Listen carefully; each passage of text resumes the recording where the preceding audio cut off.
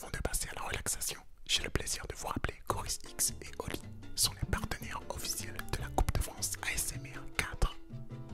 Oli, la marque franco-allemande de thé glacé et de boissons énergisantes, vous propose une alternative plus saine, plus économique, plus efficace, plus écologique et 100% vegan pour vous désaltérer.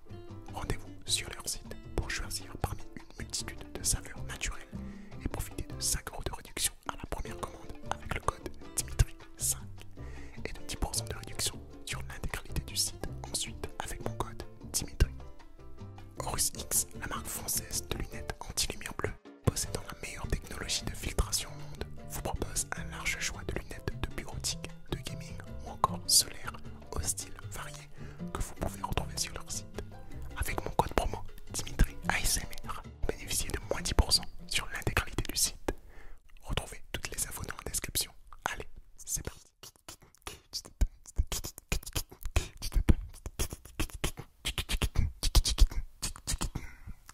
Bonsoir à tous les amis, c'est Dimitri ASMR. Je suis très heureux de vous retrouver ce soir pour une nouvelle vidéo ASMR. Et ce soir les amis, on se retrouve pour le match numéro 5 de la Coupe de France ASMR 4 édition 2023. Pour ce match numéro 5 les amis, nous avons là un duel 100% féminin qui voit s'opposer ML ASMR contre Osamimoun ASMR. Pour ce duel, comme pour les 8 premiers matchs de cette Coupe de France ASMR, les artistes ont eu un thème imposé ainsi qu'un timing à respecter. Le thème imposé est donc le thème de l'été et le timing à respecter est d'entre 4 et 7 minutes. Pour cette vidéo là les amis, les artistes vous ont proposé une vidéo qui vous relaxeront et vous détendront du mieux possible. C'est pourquoi je vous invite, pour être le plus objectif possible, à regarder l'entièreté de la vidéo avant d'aller voter. Pour ce faire, rien de plus simple, il suffit d'aller dans la description et de cliquer sur le lien du sondage Google Form pour tout simplement participer au vote et choisir entre ML ASMR ou Osamimoun ASMR, l'artiste qui vous sera le plus détendu et relaxé ce soir.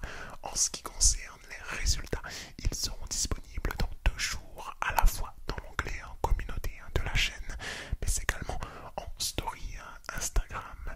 C'est pourquoi je vous invite là à vous abonner à la chaîne YouTube et à aller me suivre sur Instagram pour ne manquer aucun match et aucun résultat. Merci à vous tous de continuer à suivre la chaîne, de continuer à vous abonner, de continuer à liker la vidéo et à participer au vote. Ça me fait très chaud au cœur. Les artistes vous en remercient très chaleureusement. Merci du fond du cœur. Je vous souhaite à tous une agréable nuit et une très bonne relaxation. Et surtout, n'oubliez pas d'aller voter en fin de vidéo. Merci à vous les amis. Ciao les pros. Ciao. Hello. Coucou tout le monde, j'espère que vous allez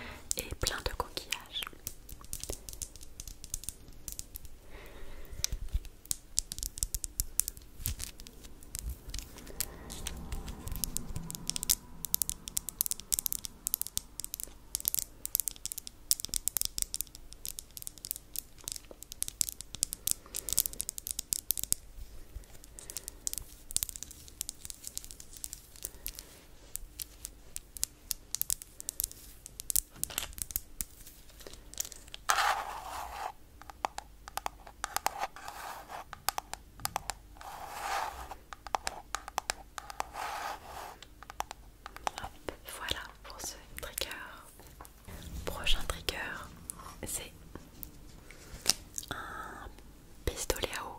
Je sais pas trop comment expliquer, mais vous tirez comme ça et après vous poussez tout simplement. Et ça va être très été, le petit flamant rose. Et le sticky fingers dessus est incroyable.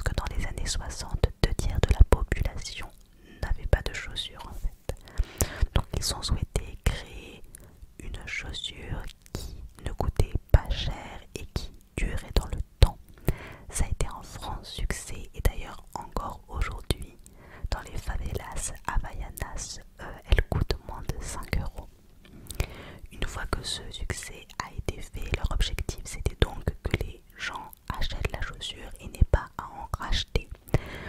Mais de par cet objectif, à la fin des années 80, ils ont eu du coup une baisse des ventes parce que les gens du coup ne rachetaient pas les chaussures et donc ils ont décidé de se repositionner et cette fois-ci de cibler la classe moyenne à aisée. Le problème c'est qu'ils étaient très connotés populaires et du coup ils ont dû avoir toute une stratégie marketing pour se repositionner et cette stratégie marketing elle repose sur 3 points: le produit, le prix et la publicité. Au niveau du produit, ils ont lancé toute une gamme avec plein de couleurs et si l'objectif avant c'était que les gens achètent une seule fois la paire, là c'est tout le contraire. Leur objectif c'est que les gens achètent plusieurs paires pour avoir toute la collection. Au niveau du prix, ils ont multiplié par 3 le prix de base de la tongue et ça c'est un procédé qui est même très utilisé dans le monde du luxe, c'est-à-dire qu'on augmente la valeur réelle d'un produit pour qu'elle ait plus de valeur aux yeux des gens. Au niveau de la publicité, ils ont lancé des campagnes de pub à la télé avec des stars notamment et ça a été un franc succès et encore aujourd'hui Havaianas met plus de 10% de son chiffre d'affaires dans les campagnes publicitaires à la télévision. Ils ont d'ailleurs lancé un nouveau slogan à ce moment-là qui est Todo Mundo Usa, tout le monde en porte. Cette stratégie elle fonctionne sur la population modeste et aisée, mais là où Havaianas va mettre tout le monde d'accord, c'est en 98. Il y a la Coupe du monde de football. Le Brésil est en finale et donc pour lui porter chance, Havaianas sort un modèle de tongs aux couleurs du Brésil avec le drapeau brésilien.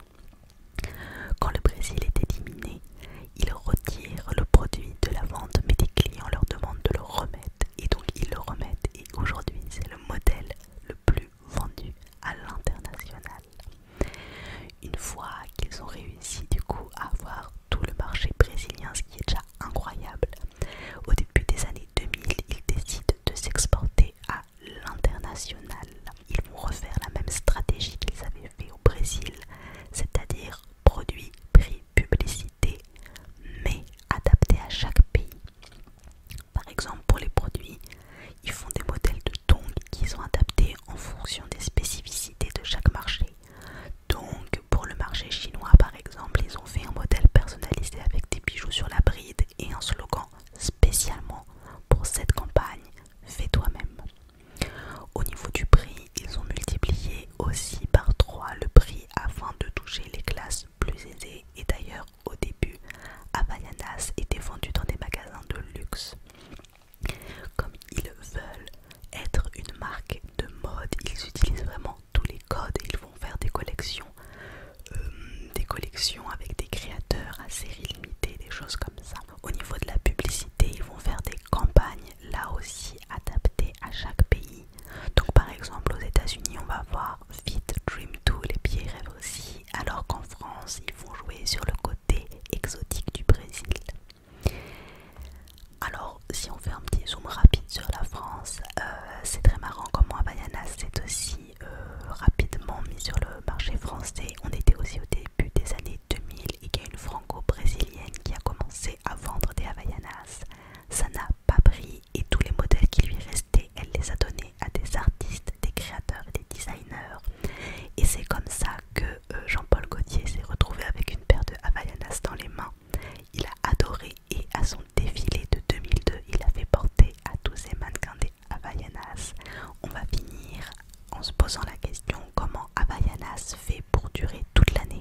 Les tongs, c'est un produit qui est estival, pourtant ils font un chiffre d'affaires toute l'année qui est très élevé. Alors comment ils font? Déjà, ils se sont énormément diversifiés. Ils font des porte-clés, des baskets, des maillots de bain, donc ils sont vraiment sur tous les fronts. Et puis pour pas se faire oublier, ils sont très présents sur les réseaux sociaux et comme ça toute l'année